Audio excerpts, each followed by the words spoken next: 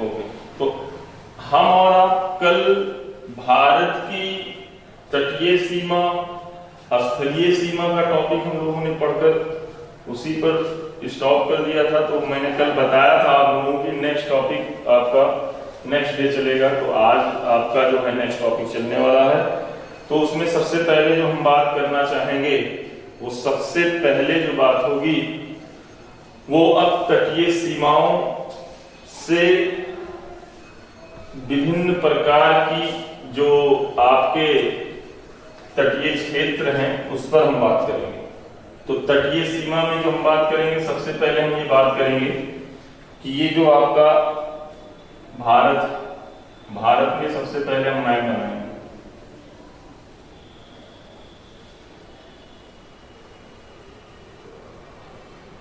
इस तरह से ड्रा करेंगे हम।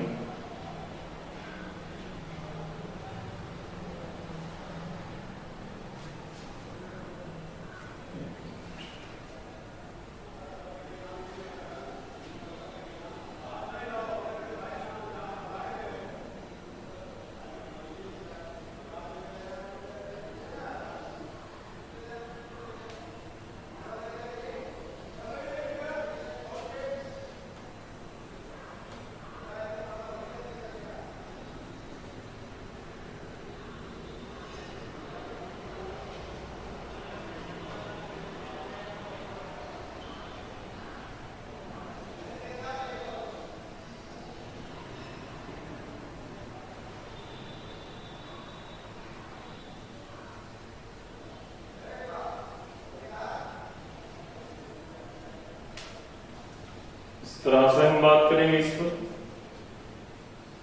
तो जब हम देखेंगे तटीय सीमा के अनुसार भारत जो होगा वो हिंद महासागर,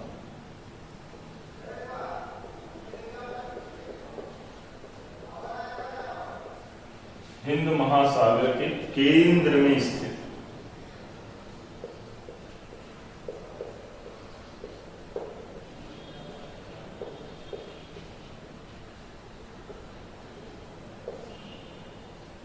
हिंद महासागर के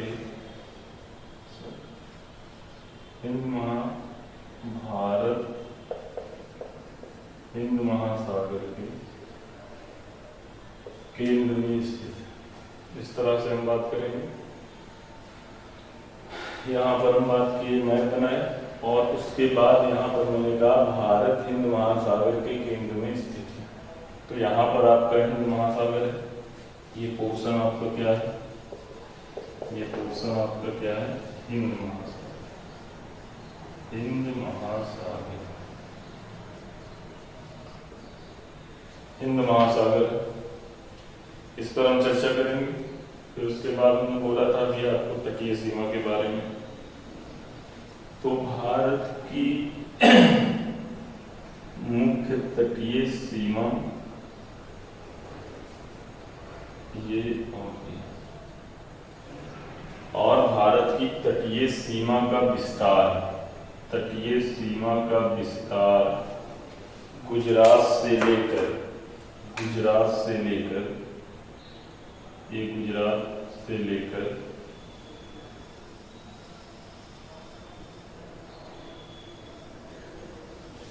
ये है पश्चिम बंगाल का।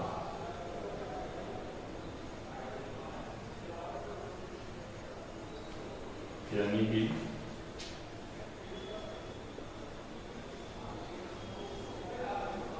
तटीय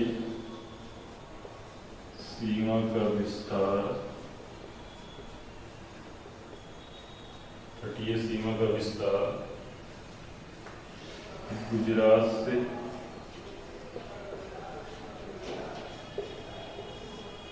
लेकर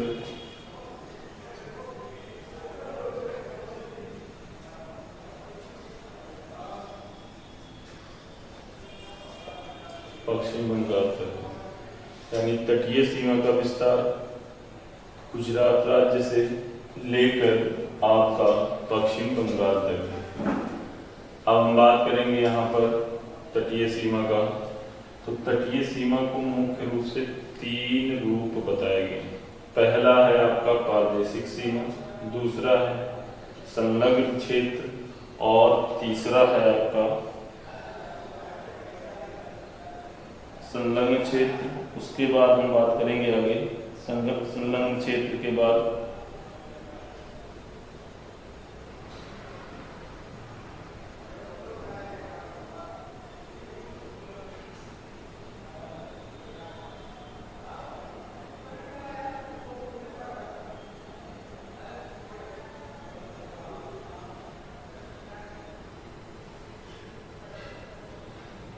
प्रादेशिक सीमा, संलग्न क्षेत्र, अनन्य आर्थिक क्षेत्र। अनन्य आर्थिक क्षेत्र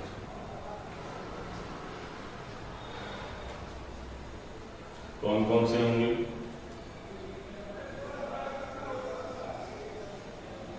तटीय सीमा के विस्तार में, तटीय सीमा का विस्तार,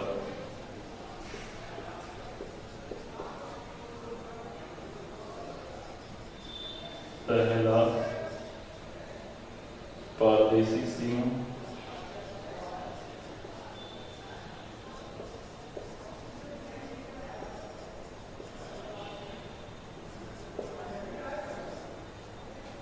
दूसरा संलग्न क्षेत्र,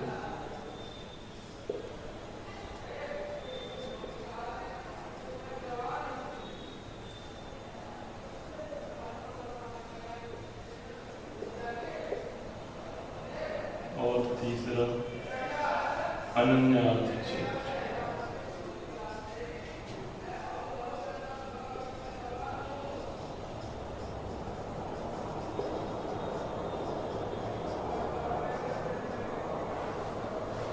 ये 3 है आपके प्रादेशिक सीमा, संलग्न क्षेत्र, अनन्य आर्थिक क्षेत्र।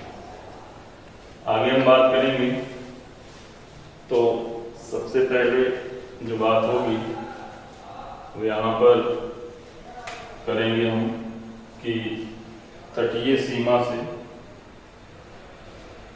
12 समुद्री मील,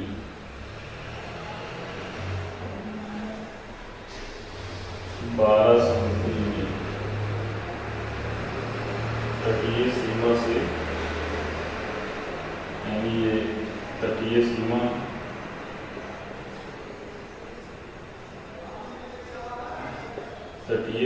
से 12 समुद्री मील, 12 समुद्री मील आपकी कहलाती है प्रादेशिक सीमा। प्रादेशिक सीमा, तटीय सीमा के विस्तार में हम बात करेंगे तो तटीय सीमा यानी भारत की मुख्य तटीय सीमा से लेकर 12 समुद्री मील को हम कहते हैं प्रादेशिक सीमा। क्लियर हो गया? इसको क्या कहते हैं? प्रादेशिक सीमा कहते हैं। फिर आगे हम बात करेंगे तो 1 समुद्री मील बराबर 1.8 मील होता है। यहाँ पर जब हम बात करेंगे 1 समुद्री मील बराबर 1 समुद्री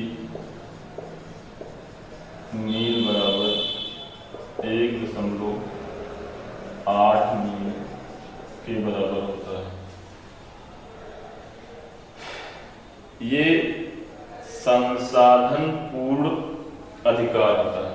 इसमें सिर्फ उसी देश का संसाधन होगा जिसकी तटीय सीमा से 12 समुद्री मील होगा। यानी इसे हम एक और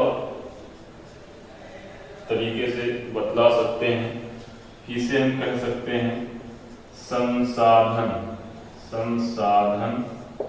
पूर्ण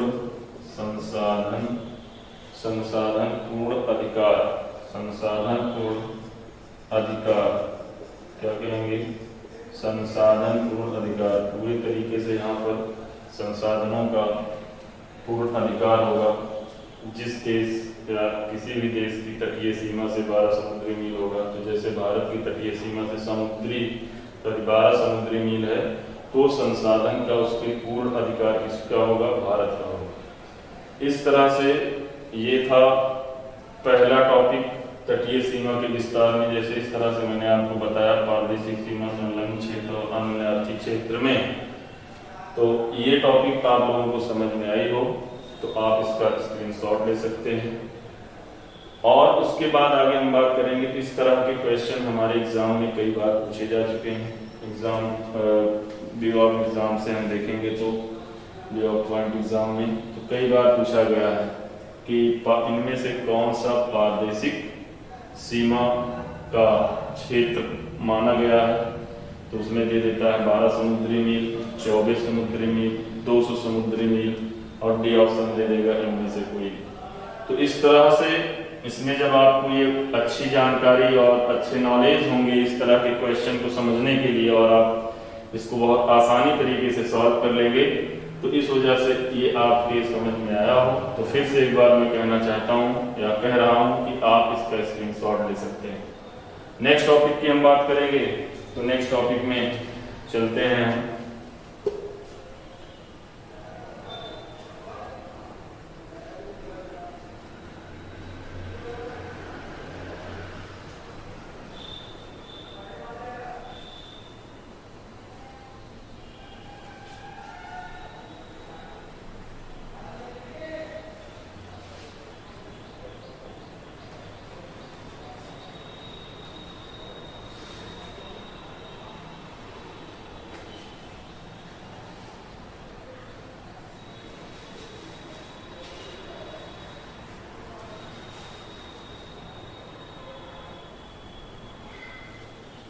अब बात आगे हम करेंगे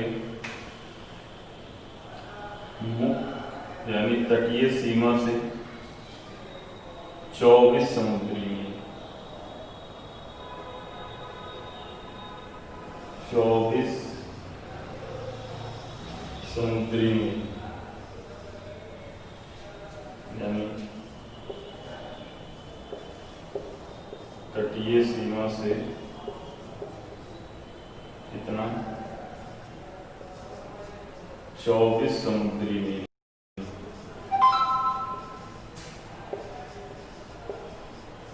चौबीस समुद्री मील जो होगा वो आपका कहलाएगा संलग्न क्षेत्र। क्या कहलाएगा? संलग्न क्षेत्र।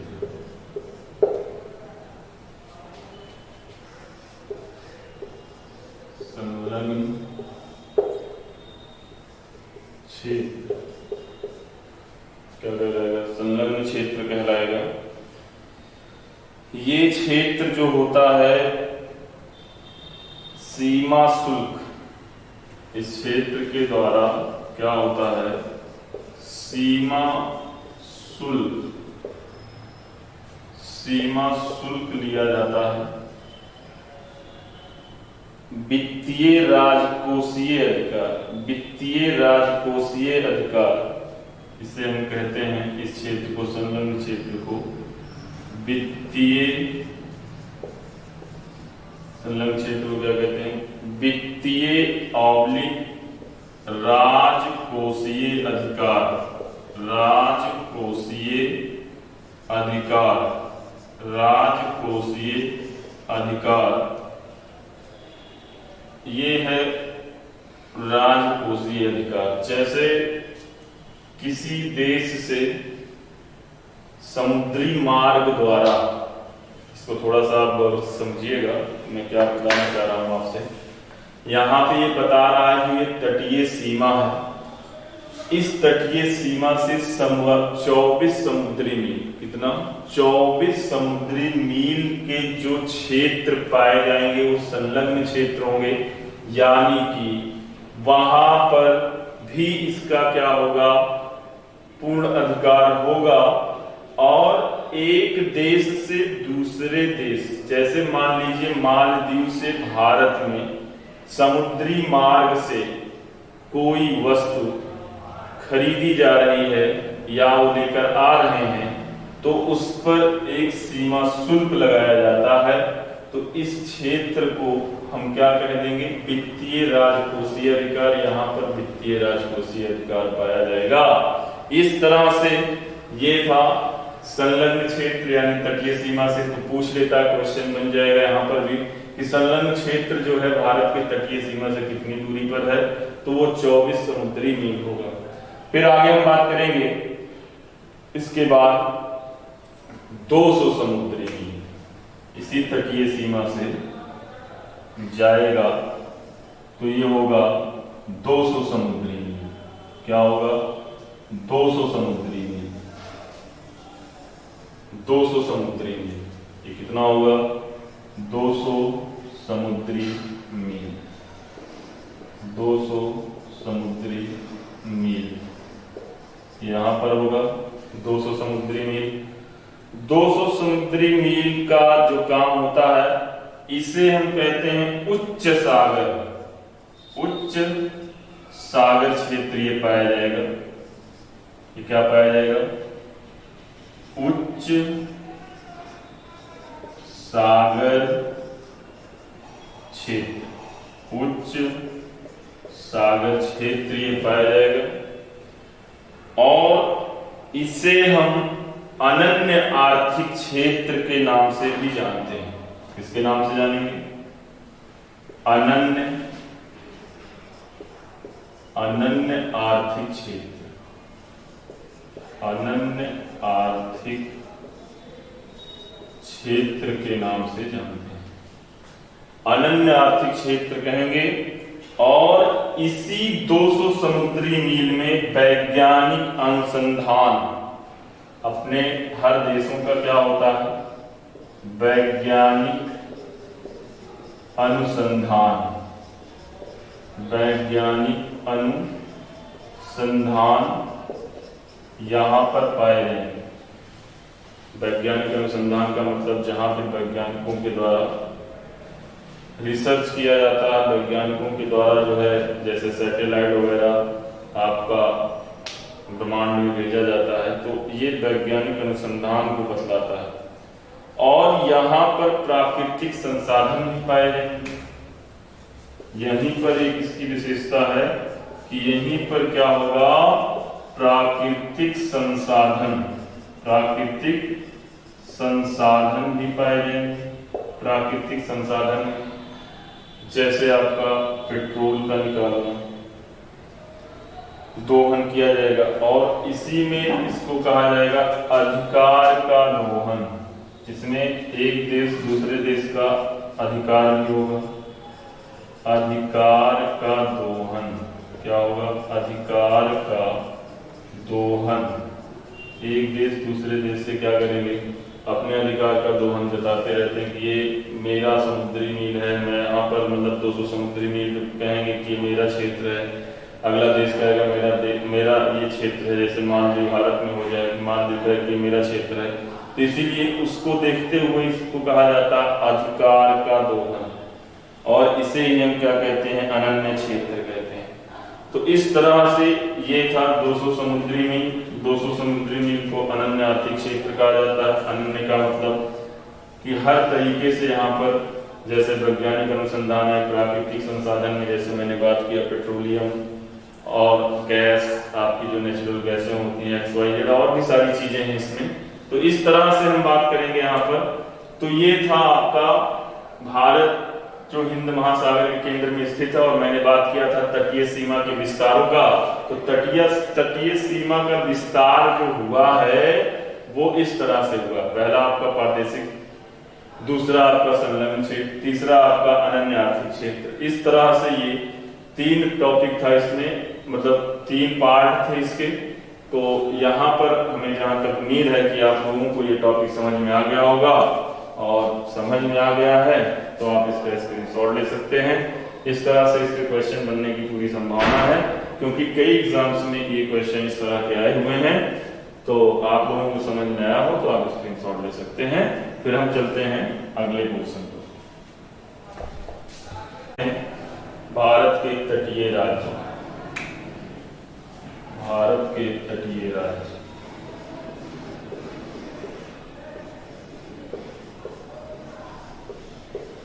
नेक्स्ट पर हम बात करेंगे भारत के तटीय राज्य। भारत के तटीय राज्यों की हम बात करेंगे तो बहुत ही अच्छा यहाँ पे क्वेश्चन बनता है भारत के तटीय राज्य की।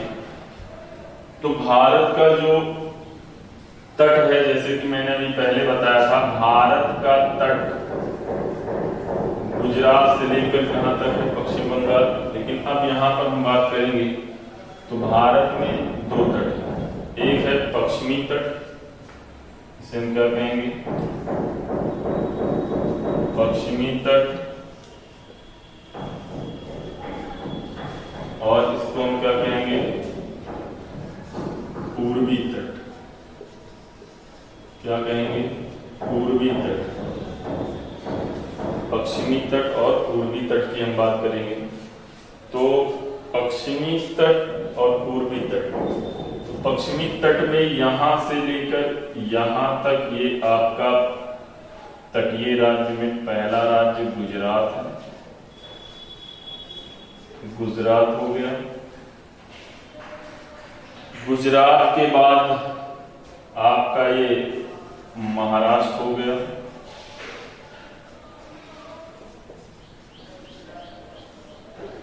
महाराष्ट्र के बाद ये आपका गोवा हो गया,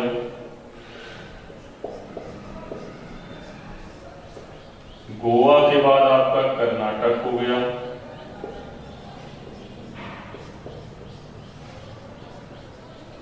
कर्नाटक के बाद आपका केरला हो गया, यानी जिसे हम केरल कहते हैं। केरल के बाद आपका ये तमिलनाडु हो गया,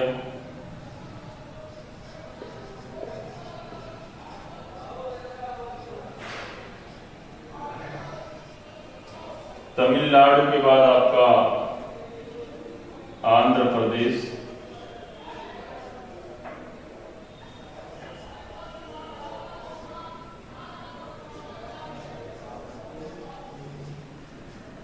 आंध्र प्रदेश, आंध्र प्रदेश के बाद ओडिशा,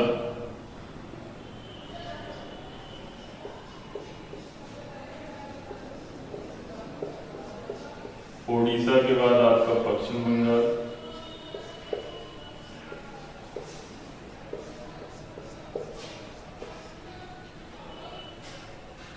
पश्चिम बंगाल। तो इस तरह से हम देखेंगे भारत के तटीय राज्य। तो first Gujarat, second, third, fourth, fifth, six, seven, 8 और 9, यानी टोटल भारत के जो तटीय राज्य की बात करेंगे तो 9। पहला गुजरात, दूसरा महाराष्ट्र, तीसरा गोवा, चौथा कर्नाटक, पांचवा केरल, छठा तमिलनाडु और सातवां आंध्र प्रदेश, आठवां ओडिशा, 9 पश्चिम बंगाल। इस तरह से यहां पर भी क्वेश्चन बनते हैं। क्वेश्चन दो तरह के बनेंगे। एक तो पूछेगा कि भारत के कितने तटीय राज्य हैं, तो आपका आंसर सीधा सीधा होगा कि भारत के 9 तटीय राज्य। फिर दूसरा तरह का क्वेश्चन बनेगा कि दूसरे तरह में ऐसा पूछेगा कि भारत में पश्चिमी तट के कितने राज्य या पश्चिमी तट में कितने राज्य स्थित हैं। तो पश्चिमी तट में 5 राज्य स्थित, 1 2 3 4 5। फिर दूसरा क्वेश्चन बनेगा कि भारत के पूर्वी तट में राज्यों की संख्या कितनी है। तो भारत में पूर्वी तट में, भारत में पूर्वी तट में राज्यों की संख्या जो है वो आपकी कितनी होगी, वो होगी आपकी 4। तो इस तरह से भारत के तटीय राज्यों की हमने बात किया। इसमें आप लोगों को समझ में आ गया हो तो आप इसका स्क्रीनशॉट ले सकते हैं। फिर हम आगे चलेंगे, जो इस तरह से आगे हम जो बात करेंगे, अब आगे हम बात करेंगे पश्चिमी तट का विभाजन, पश्चिमी तट को कितने विभाजन में किया गया है। और थोड़ा सा हम बताने के लिए भूल गए पहले कि सर्वाधिक तटीय सीमा बनाने वाला राज्य जो है वो गुजरात। सर्वाधिक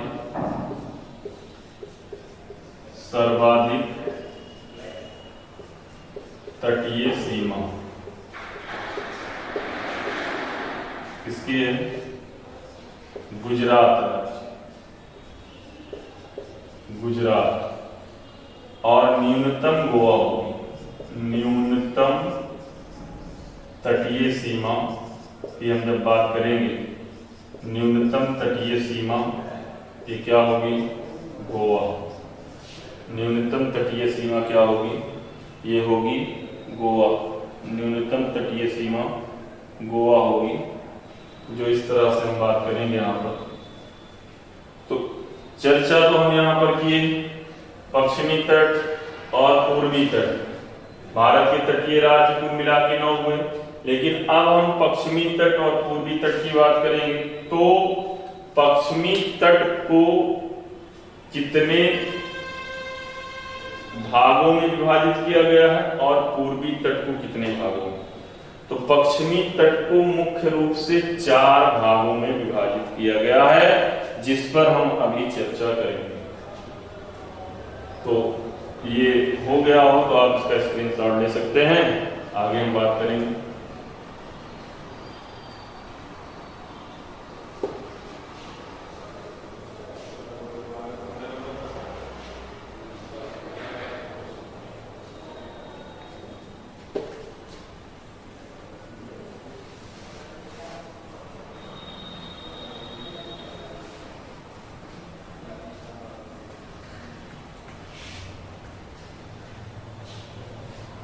चलिए हम पश्चिमी तट की बात करेंगे। पश्चिमी तट की बात करेंगे।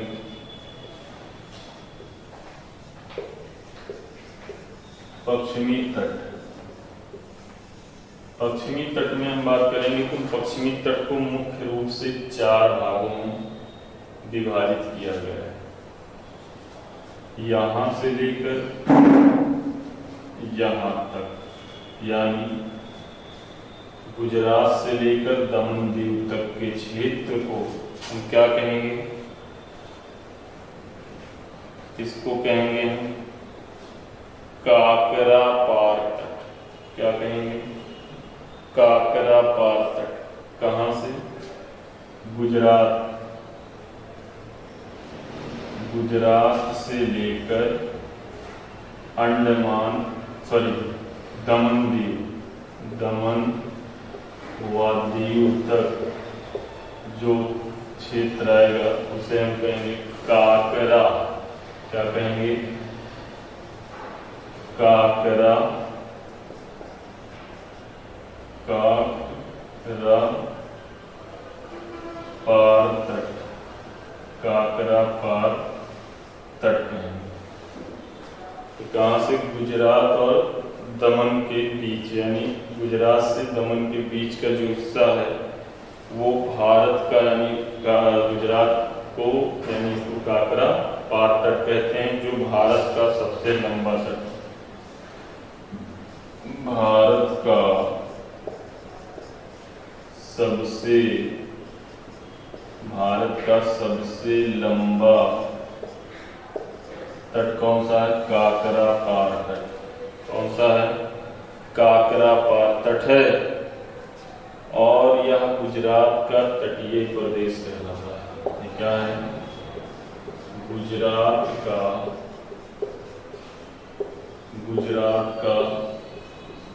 तटीय प्रदेश, गुजरात का तटीय प्रदेश, यानी गुजरात राज्य का तटीय प्रदेश होगा। इसी काकरा पार तट के पास एक सर्करीक रेखा है गुजरात में। कौन सी रेखा? सर्करीक रेखा, सर्करीक रेखा। सर्करीक रेखा जो है यह 24 अंश उत्तरी अक्षांश, 24 डिग्री उत्तरी अक्षांश, उत्तरी अक्षांश, क्या? 24 डिग्री उत्तरी अक्षांश पर स्थित है और यह सर्करीक रेखा भारत और पाक के बीच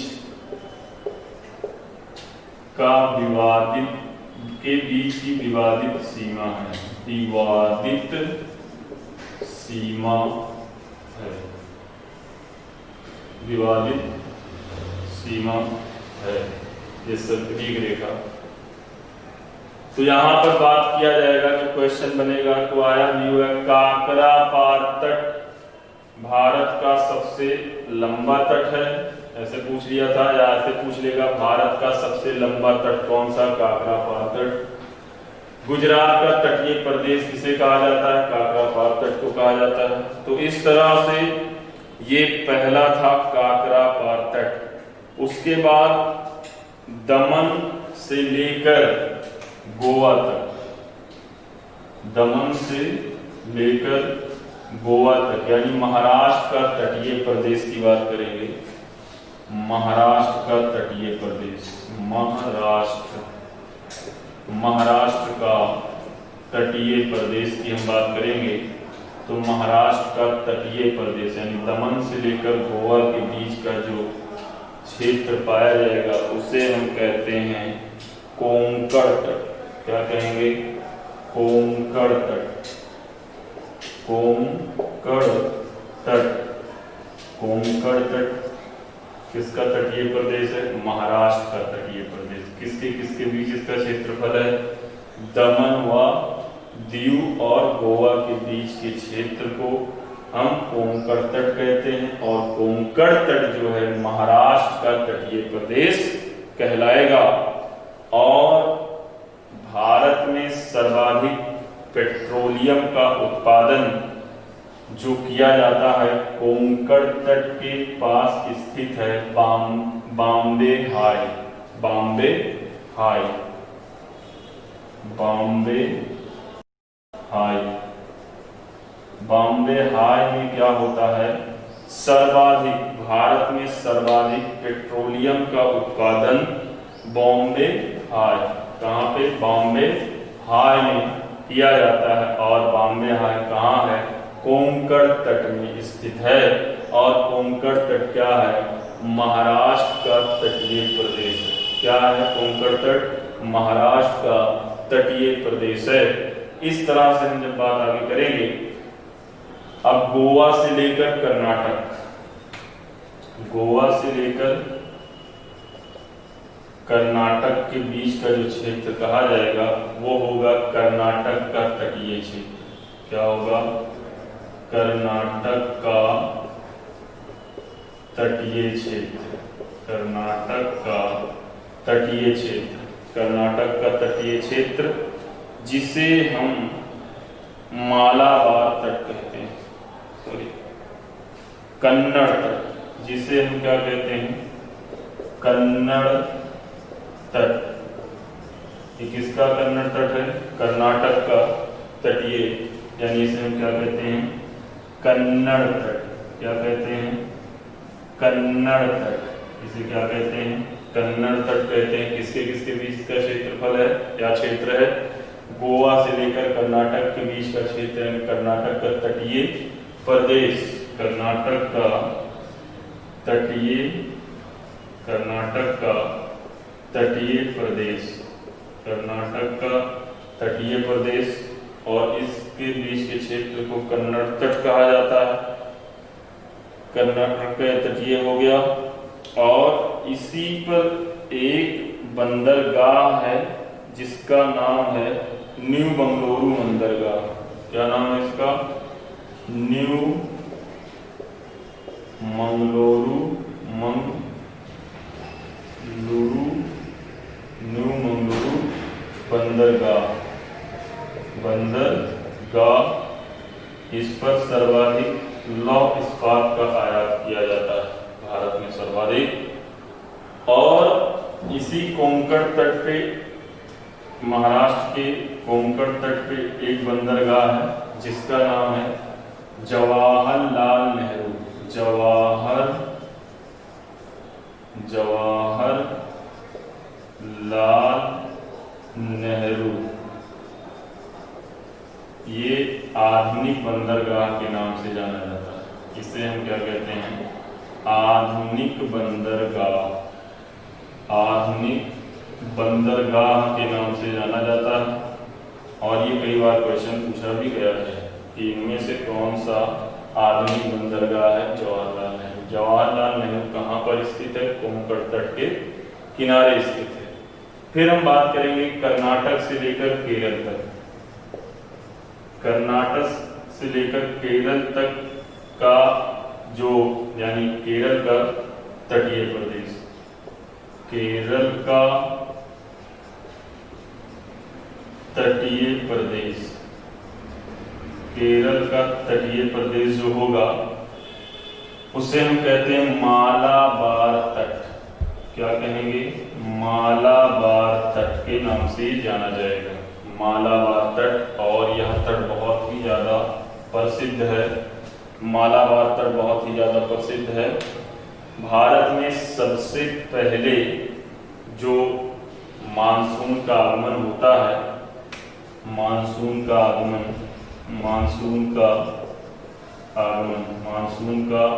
आगमन जो होता है वो सबसे पहले मालाबार तट में होता है।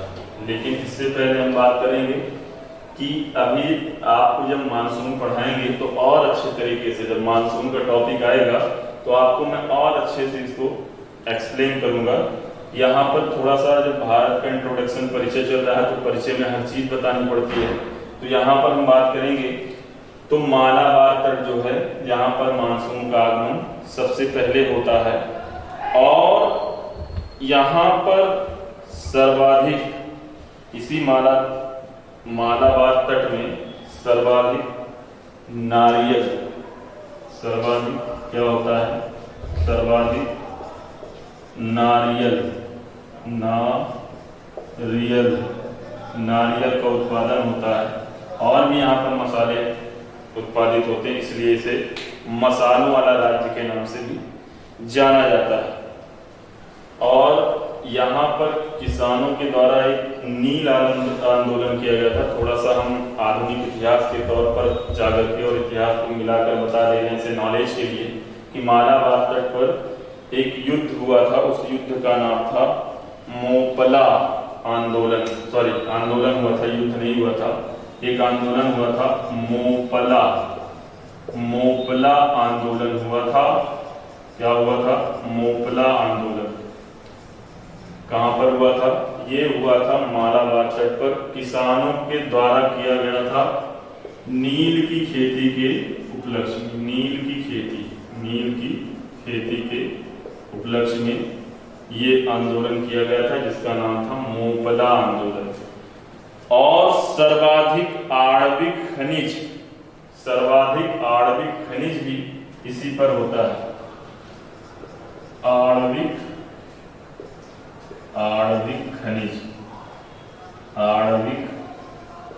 खनिज जिसका नाम है थोरियम खनिज सर्वाधिक कहाँ पाया जाता है?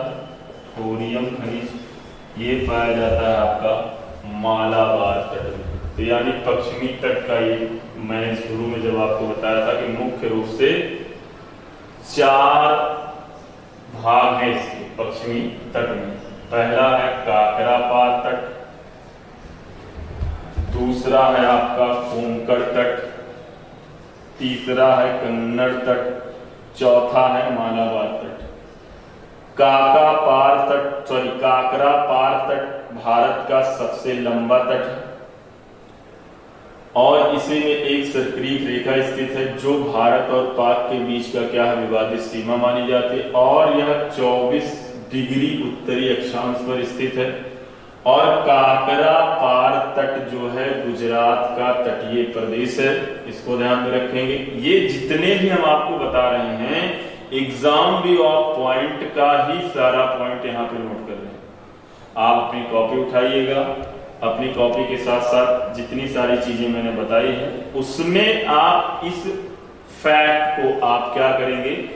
नोट डाउन करते चलेंगे, जिससे आपका एग्जाम में बहुत ही ज्यादा क्या होगा, फायदा होगा, जिससे आप बहुत ही अच्छे मार्क्स अर्जित कर लेंगे। क्योंकि ऐसा नहीं है कि आप रीजनिंग मैथ से ही सिलेक्शन लेंगे, जीएस भी बहुत ही इंपॉर्टेंट होता है। तो इस तरह से आप इसको क्या करेंगे कि अपनी एक नोटबुक बनाएंगे, और जितना एग्जाम भी आप पॉइंट का ही पॉइंट मैंने यहाँ पर बताया है, कोई मैं ज्यादा चीजें नहीं बताता इसलिए क्योंकि ज्यादा चीजें आनी नहीं है, जो चीज आनी है वही सारी चीजें मैंने यहाँ पे आपको बतलाया है। फिर उसके बाद हम बात करेंगे महाराष्ट्र का तटीय प्रदेश। तो महाराष्ट्र का तटीय प्रदेश कोंकण तट है। यहाँ पर सर्वाधिक पेट्रोलियम का उत्पादन होता है।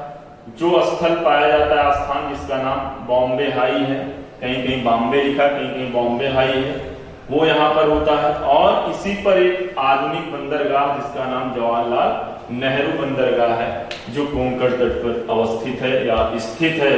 फिर आगे हम बात करेंगे गोवा से लेकर कर्नाटक के बीच के क्षेत्र का, कर्नाटक तटीय प्रदेश की बात करेंगे तो कन्नड़ तटीय होगा। कन्नड़ जो है, यहाँ पर एक न्यू मंगलुरु बंदरगाह है, जिसपे लौह इस्पात का सर्वाधिक क्या होता है, आयात निर्यात दोनों होता है, जिनमें से सबसे ज्यादा इस्पात का यहाँ पर निर्यात किया जाता है। आगे हम बात करेंगे कर्नाटक से केरल के बीच का केरल तटीय प्रदेश, तो मालाबार तट, जो कि बहुत ही ज्यादा इंपॉर्टेंट तट है, यानी चौथा और इस पश्चिमी तट का अंतिम तट, ये बहुत ही ज्यादा इंपॉर्टेंट है। क्यों है? क्योंकि ये मालाबार तट जो है, मानसून की ओर से देखा जाए तो सबसे पहले मानसून का आगमन कहाँ होता है, सबसे पहले मानसून का आगमन मालाबार तट में होता है। वो भी जब अभी मानसून के 2 पॉइंट हम आपको बताएंगे तो और क्लियर होगा आगे। और इस पर आणविक खनिज सर्वाधिक थोरियम पाया जाता है। और उसके बाद सर्वाधिक नारियल का या नारियल की खेती मालाबार तट पर होती है। और एक चीज इसमें और है कि लैटेराइट मृदा, लैटेराइट मृदा सर्वाधिक यहाँ पाई जाती है।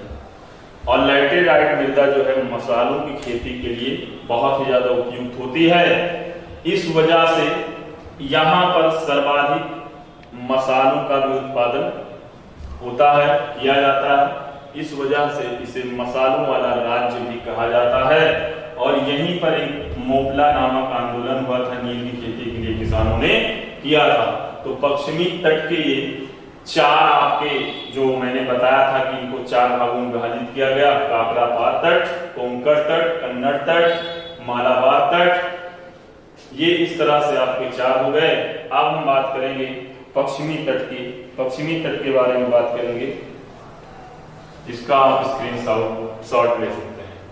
चलिए आगे, जैसा कि मैंने अभी आपको पश्चिमी तट के बारे में बताया कि पश्चिमी तट को कितने भागों में विभाजित किया गया है, तो मैंने जैसे पश्चिमी तट में सबसे पहला काकरापार तट बताया, फिर दूसरा आपको मैंने कोंकण तट बताया, तीसरा कन्नड़ तट और चौथा मालाबार तट। तो इसी तरीके से जो कल की टॉपिक होगी आप लोग नोट डाउन कर लीजिए।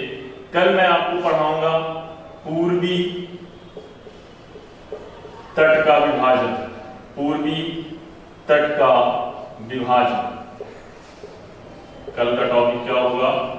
पूर्वी तट का विभाजन, कि पूर्वी तट को कितने भागों में विभाजित किया गया। जैसे पश्चिमी तट का मैंने विभाजन बताया, वैसे ही कल नेक्स्ट टॉपिक आपका पूर्वी तट के विभाजन में हम आपको बताएंगे नेक्स्ट क्लास में। अभी ये आपका भारत का ही परिचय चल रहा है। भारत का परिचय का मतलब होता है कि जैसे आप कहीं जा रहे हैं, जाने से पहले किसी चीज, जैसे आप मान लीजिए यहां से लखनऊ या दिल्ली जा रहे हैं, तो उससे जाने से पहले उसके रूट का इंट्रोडक्शन लेंगे। तो वैसे ही किसी भी जीएस के सब्जेक्ट में घुसने से पहले उसका इंट्रोडक्शन बताना और पढ़ाना जरूरी रहता है। तो इसी तरीके से अभी ये आपका फर्स्ट ही लेसन चल रहा है। फर्स्ट लेसन का ये तीसरा टॉपिक होगा। 2 टॉपिक मैंने आपको बतला दिया, तीसरा टॉपिक मैं आपको नेक्स्ट डे बताऊंगा कि पूर्वी तट का विभाजन कैसे किया गया, कितने भागों में किया गया। तो उम्मीद है मेरे प्यारे बच्चों कि जो आज मैंने आपको ये क्लासें ली, ये बहुत ही ज्यादा उम्मीद है कि आपको ये क्लास जो है बहुत ही अच्छी लगी होगी और आप इस चैनल को सब्सक्राइब करें और सब्सक्राइब करने के साथ साथ अपने दोस्तों को, अपने और भी जितने आपके रिलेटिव कैंडिडेट तैयारी करने वाले हैं उनको आप बतलाइए कि यूपी में एक कैरियर बूस्टर कोचिंग का ऑनलाइन प्लेटफॉर्म चल रहा है जिसके director and manager mister Rajneesh Pandey ji हैं, जो आप लोगों के उज्जवल भविष्य के लिए इस ऑनलाइन प्लेटफॉर्म का आगाज किए हैं, जिससे आपको अच्छी अच्छी चीजें यहाँ पर बतलाई जाए। क्योंकि क्या होता है कि कुछ हमारे ऐसे स्टूडेंट होते हैं, कुछ ऐसे हमारे कैंडिडेट होते हैं जिनके पास क्या है, आर्थिक स्थिति बहुत ही कमजोर है, जो बहुत मतलब कि पैसे कोचिंगों में ना देकर यानी ना जमा कर पाए, अपनी फीस जमा करने के काबिल नहीं है और उनके अंदर एक प्रतिभा है कि वो प्रतिभाशाली है कि हमें बहुत आगे तक वर्क करना है, काम करना है। तो उन्हीं गरीब और असहाय कैंडिडेट और स्टूडेंटों के लिए हम लोग एक ऑनलाइन प्लेटफॉर्म का आगमन किए हैं और आप लोगों से विनती है, गुजारिश है, रिक्वेस्ट है फिर से कि आप लोग हमारे चैनल को ज्यादा से ज्यादा लाइक, फॉलो और सब्सक्राइब करें, जिससे आपका भविष्य बहुत ही उज्जवल बने और हमारी यही ईश्वर से मनोकामना है। जय हिंद, नमस्कार।